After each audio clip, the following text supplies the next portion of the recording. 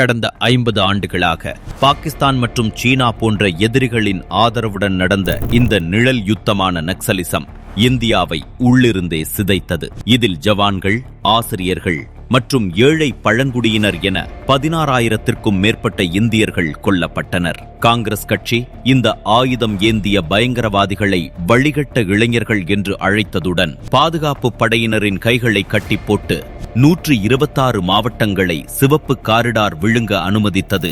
அங்கு பழங்குடியினரால் வாக்களிக்க கூட முடியவில்லை. பின்னர் 2014இல் மோடி ஒரு தெளிவான செய்தியுடன் வந்தார். வன்முறையும் பேச்சுவார்த்தையும் ஒன்றாக பயணிக்க முடியாது.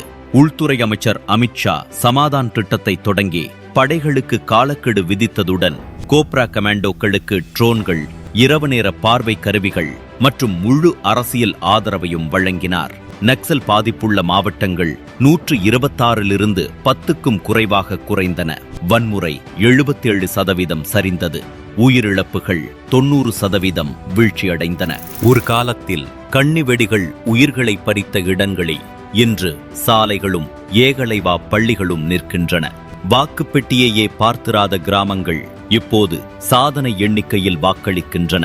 காங்கிரஸ் 50 ஆண்டுகளாக எதை பாதுகாத்து வளர்த்ததோ அதை பாரதிய ஜனதா கட்சி வெறும் 12 ஆண்டுகளில் கிட்டத்தட்ட ஒழித்து கட்டியுள்ளது.